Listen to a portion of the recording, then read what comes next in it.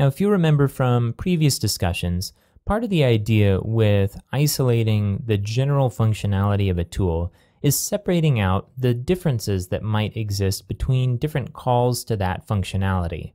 This is usually captured inside of a configuration array. Let's see how that would work in this case. So I'm going to go back to our site folder, and I'll open up the steps folder. Again, this is our site folder that we've been working in. We don't have to copy over a new folder this time.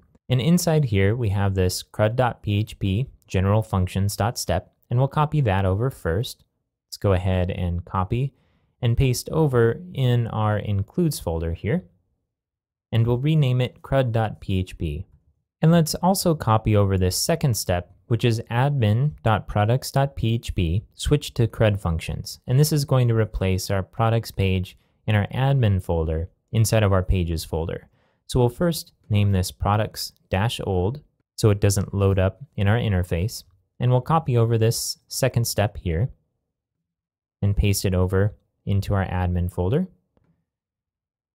And we'll rename it products.php. Now let's go back to our site and verify that everything is working the same. I'm going to refresh this page, and you see our listing is working okay. If we click Add Product, it looks like that's working okay.